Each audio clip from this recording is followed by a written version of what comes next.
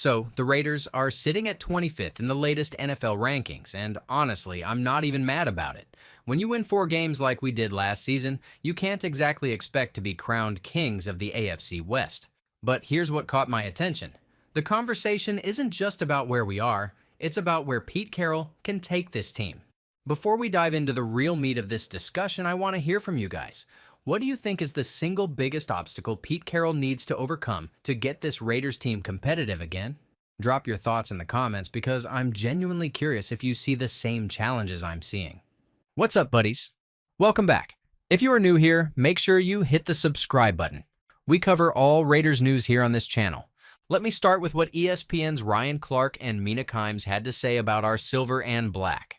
Now, 25th out of 32 teams sounds brutal, but listen to what they actually said. Clark mentioned how Pete Carroll is essentially trying to recreate what he had in Seattle, bringing in guys like Geno Smith and building that same foundation. The interesting part? They're not just writing us off as hopeless. Clark specifically talked about how Carroll understood there were pieces he wanted in Vegas, and how acquiring players like Ashton Jeanty could work if the offensive line can actually protect and create running lanes. That's a big if, by the way. He also praised Chip Kelly's evolution, noting how even at Ohio State with 3 legitimate NFL receivers, Kelly still chose to run the ball in crucial moments of the national championship game. That's the kind of adaptability we need. But here's where it gets real. Clark ended by saying our defense isn't very good, and while that stings, I think it's more accurate to say we have a lot of question marks. We're not necessarily bad, we're just unproven in a lot of key areas. This brings me to the 3 major challenges Pete Carroll is facing. And trust me, these aren't small hurdles. The first one is probably the most concerning. We're dealing with a ton of youth, especially on defense. Look, Maxx Crosby isn't young, and Christian Wilkins has veteran experience, but outside of those guys, we're looking at a lot of unknowns. Jakorian Bennett is going into his 3rd year, but this is also his 3rd defensive coordinator. He hasn't been able to stay healthy for a full season, so in many ways, he's still learning the game. Eric Stokes has been in the league for a while, but he hasn't played well since his rookie year and has dealt with injuries. That's concerning when you're counting on guys like that to lock down receivers. Then you've got Decamerion Richardson, who's only in his 2nd year, and Darian Porter, a 3rd-round pick who was converted from wide receiver not too long ago. That's a lot of guys still figuring out how to play at the NFL level. And we lost Nate Hobbs, who at least gave us some reliability in the slot. The secondary is basically a bunch of question marks, with Jeremy Chin being the only proven veteran back there. Isaiah Polamau got extended after stepping up when Marcus Epps went down, but this is his first training camp as a projected starter. That's a lot of new faces trying to figure out how to play together. Here's the thing about young players. They're going to make mistakes. That's just the reality. The question is whether Pete Carroll can teach them to not make the same mistake twice. If our offense is going to be as good as we think it can be, the defense has to step up and make plays when it matters. Young guys learning on the job in the NFL is never easy.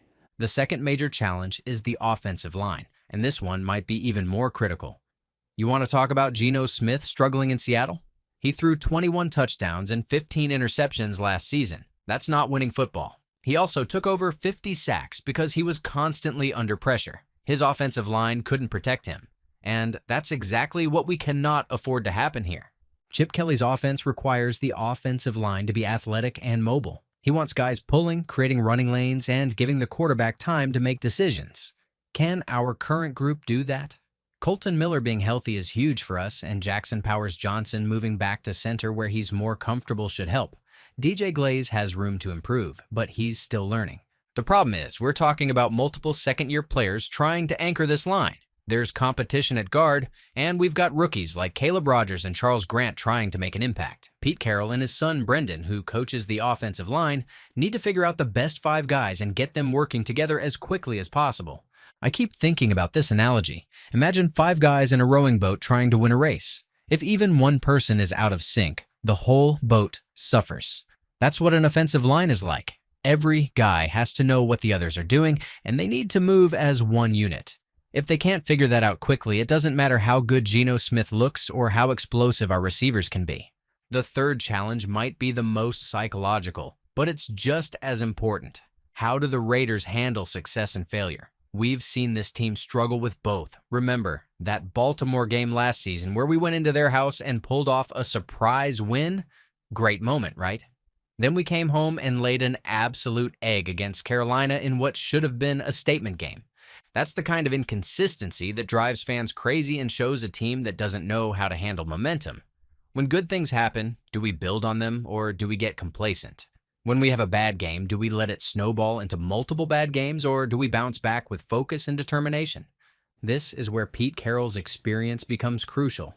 He's been through championship runs and devastating losses.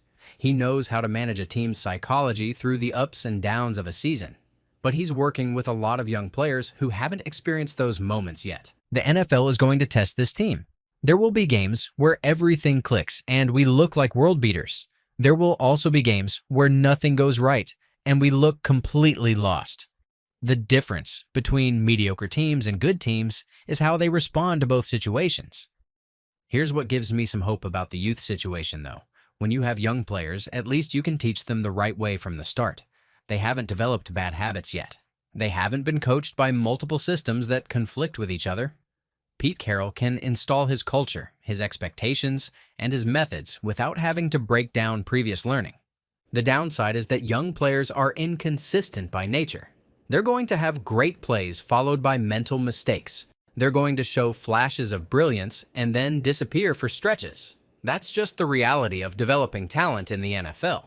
The offensive line situation is probably the most urgent. If those 5 guys can't protect Geno and create running lanes for our backs, nothing else matters. We could have the best receivers in the world, but if the quarterback is on his back every other play, we're not winning games. The success and failure management is going to be interesting to watch. Pete Carroll has a track record of keeping teams focused and motivated. His training camp themes, competition Wednesday, turnover Thursday, no repeat Friday, show he's trying to create that mindset from day one. He's simulating game situations and game week preparation even in practice. What really stands out to me is how Carroll is approaching this whole thing. He's not just trying to win games, he's trying to build sustainable success. The way he's structured training camp, the themes he's using, the emphasis on competing every day, that's all about creating a culture that can handle adversity. But let's be real about where we are. 4 wins doesn't give you much benefit of the doubt. We're at the bottom of the AFC West looking up at teams that have established themselves. The Chiefs are coming off back-to-back Super Bowl wins. The Broncos made the playoffs last season. The Chargers have talent across the board. We're the team that has to prove we belong in the conversation.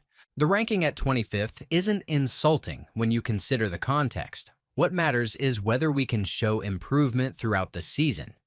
Can we be competitive in the fourth quarter of games? Can we avoid the blowout losses that make everyone question the direction of the franchise?